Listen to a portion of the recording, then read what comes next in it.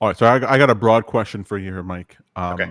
This is something I know I was struggling with for quite a while, and I love the discussion that I saw in Discord about it. Someone was asking, how do I avoid consolidation ranges when I'm dealing with moving averages or consolidation ranges in general?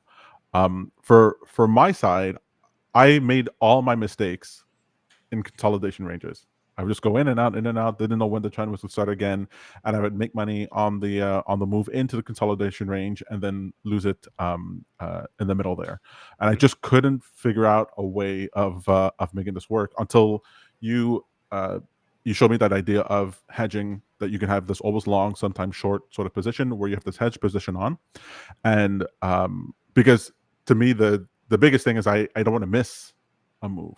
Like Mhm. people go, oh, wait for a trend to be established and then get into the move. I go, I hate that because then I get in 20%, 30% into the move, and it feels and then I have to get out early or have to give back some gains. So I hate just getting the meat of the sandwich. I want the whole thing. And Right. so as soon as I get into a consolidation range or what I think is a consolidation range, I just put on a position in the opposite direction because I'm expecting that when the move continues, that position will be stopped out, and I would still be in that move, and I would make enough money to cover whatever I lost in that consolidation, as that sort of like balancing position.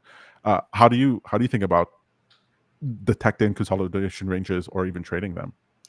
So I think one indicator I tend to use for consolidation, which helps me establish a trade in reversals, is usually looking at ATR. As we start to see ATR tighten, that shows us that the range of volatility is starting to tighten as well. ADX, or the average directional index, is also a super helpful indicator to understand what direction the market is overall trending to. I think that the other indicator that I found myself using more in futures lately is the chop index or choppiness index. You can find that by searching for chop in the list of indicators on TradingView.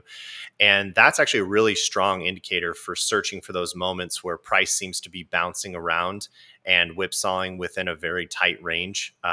It takes a little while for obviously it to build up because it's working with a moving average or a rolling average of prices. But I do find the chop index to be fairly helpful in understanding whether or not we're currently in a sideways trend or sort of a consolidation range. Um, Beyond that, I think those are some of the best ones. It's really tough to tell you even if you're even in a consolidation range until kind of after the fact. It takes a while to get confirmation a couple of times before you find that you're in confirmation or in a consolidation zone anyway.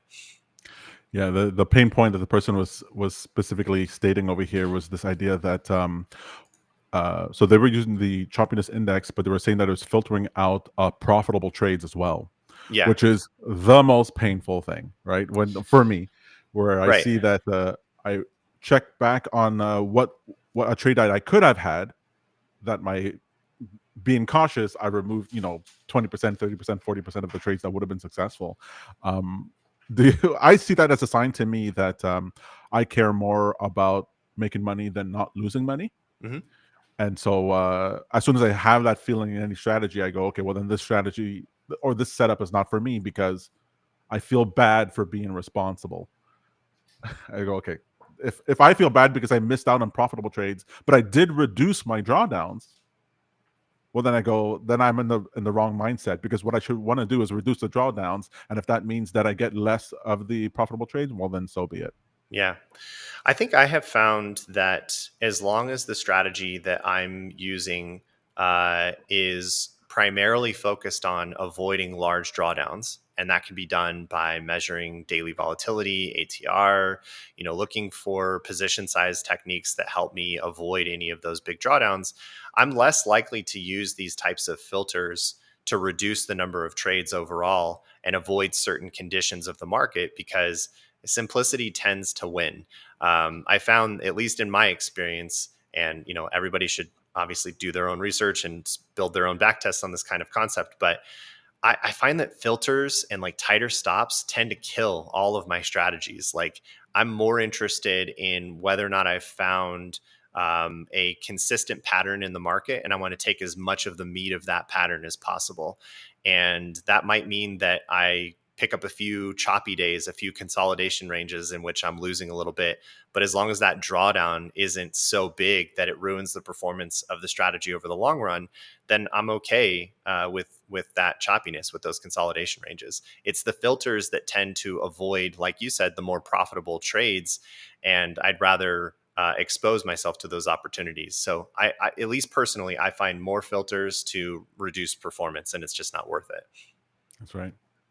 Once I realized that this whole idea of a tight stop, I mean, not I'm not disagreeing with other people who want to have it, but for myself, I was like, okay, I'll have a tight stop, but I'm willing to take, let's say, 3 or 4 bites at the apple.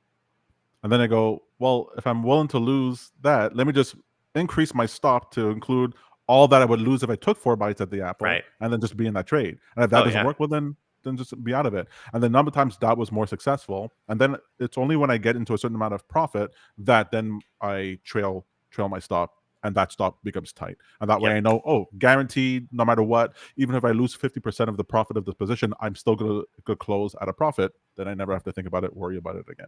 Right, right. I think that's, the right way to think about it. Ultimately, what's better, to have had a larger stop that allowed you enough breathing room to capture more upside, or to trade in and out of the range within the day and basically lose more money than the original loss would have been in your first stop.